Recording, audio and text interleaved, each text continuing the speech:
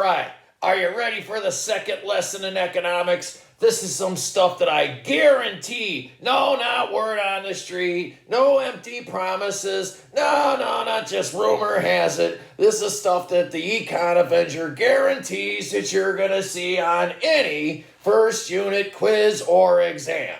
So what we're going to talk about are the 4 factors of production. So, what are the factors of production and what does it have to do with economics? Well, any society out there has to have some worth and the means that they're going to be able to produce any types of goods and services that people like you and me want. Now, some countries got the better end of the stick than other countries. Yeah, just like if you're an athlete or just like you're the Econ Avenger, you were born with natural gifts. But you also have to take advantage of them because we all know that the world is full of just lazy turds that don't want to take advantage of their potential. But let's just get back to the basics of what we're talking about. So these are the 4 resources, once again, that any economy, any country, any civilized nation needs to be able to provide for their citizens. So there's 4 of them. So remember, 4, not 3, not 2, not 1, 4 factors of production. So right there you probably have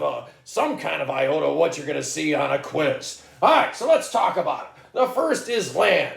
Land. All right, so if you look at any country out there, what type of natural resources or what some books call gifts of nature that they have, they're be able to provide some of the things that people need to function. Some countries are blessed more than others. So let's say the United States.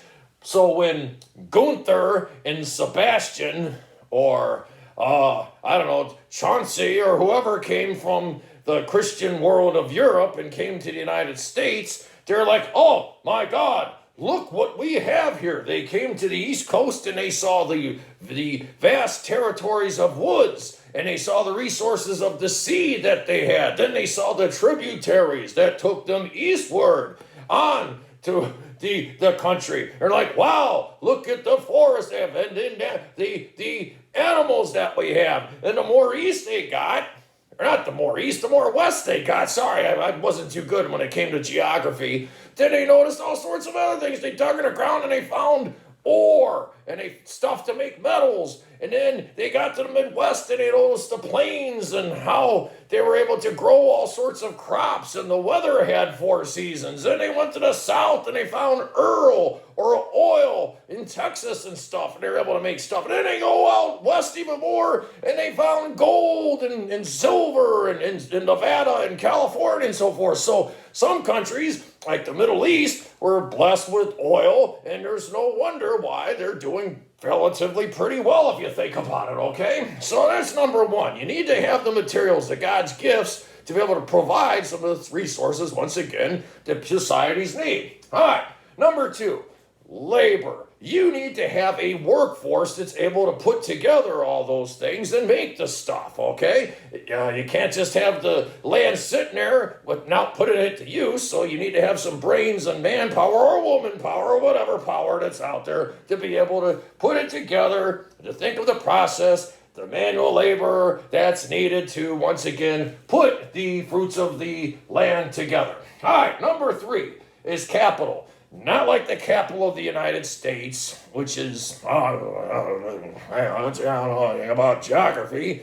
Or I know the capital of Louisiana's Baton Rouge. I remember that from a Brady Bunch episode, believe it or not, back in the day. Not that type of capital. Capital means the tools necessary. So not just the labor that you need, but you also need as far as with the resources and tools to be able to produce things. You need machinery, right? Yeah, you need money, right, to get the business started. You need know-how, right, to get these things off the ground and produce. So there's 3 different segments of capital. The first is physical capital. It's the machinery, the tools. So the Econ Avenger right now is teaching you by using an iPad. Yeah, this blackboard basically, or whiteboard you'd call it, is one of the tools that I have. I've got this thing on a stand right now. So once I'm ka-chinging all that money, let's say there's a cash register that I would have, or a safe to put my money in. Those are the tools that are essentially needed for any business to get off the ground. Okay, so we got physical capital. Financial capital is a subset of capital. That's just the money needed to get started in front of your business. You need a loan from a bank? Sure, you watch the show Shark Tank, and a lot of entrepreneurs want to get their ideas off the ground. Well, you need the money, you need the backing in order to be able to start up the cost to get the business off and rolling.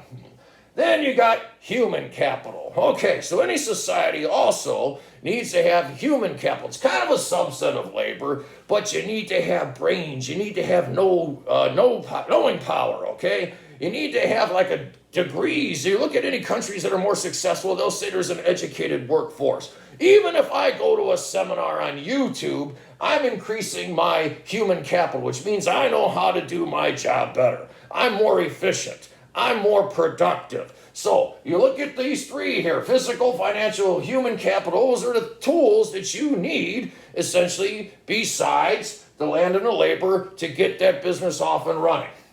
So now, let's go to the fourth, entrepreneurs. Well, what is an entrepreneur? Well, any textbook definition will tell you that they're a risk taker. Yeah, they're in search of profit, to make money. They come up with ideas. They come up with new ways of doing things to give people like you and I what we want to make our lives better. Now, I did preface this by saying they're a risk taker. Sure, there's no guarantee that your business is going to succeed, but that's the beauty of it. Can you come up with something unique and different that people want that make life better for people? So that whoever invented the damn smartphone, hey, they should be rewarded by being a multi-billionaire by this time. Bezos from Amazon, hell, everybody uses that. He should get the rewards. He's the one who thought of the idea. They're the one who sacrificed a lot of time and energy and took the risk, whether it was a loan or not, to get that business started. So they are the lifeblood of any successful economy that is out there. They give us stuff. Big thing is they create jobs for people as well. So not by just giving us stuff that we need and desire to make our lives better, they're also providing jobs for most people like you and I. All right, so we know the four factors of production. You know it's land, right? You know labor, you know capital, you know entrepreneurship. Now make sure, once again, that you know the three subsets of capital, because I guarantee you're going to have a question on what is human capital, what's the difference between physical capital and human capital. So make sure that you're on that. All right, because I guarantee it's not no empty promises. This is a guarantee that you're going to see that stuff on your quizzes. All right, so we got it rolling? Okay. All right, get after it. Yeah, remember this stuff. Think of your own examples to put it in your skulls, your thick skulls, that you can memorize this stuff. All right, till next time. Woo! I'll